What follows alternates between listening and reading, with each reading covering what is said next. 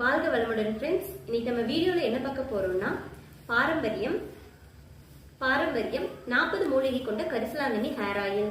நம்ம ஹேர் ஆயில்ல என்ன ஸ்பெஷல்னு பாத்தீங்கன்னா நம்ம ஹேர் ஆயில்ல யூஸ் பண்ற 40 மூலிகையுமே ரொம்ப ரொம்ப ஸ்பெஷல் தாங்க. அது என்னென்ன மூலிகைன்னா கரிசலாங்கண்ணி, செம்பருத்தி, மருதாணி, ஆவாரம்பூ, வேப்பாளம்பட்டை, ஜடாமன்சி, கருஞ்சீரகம்.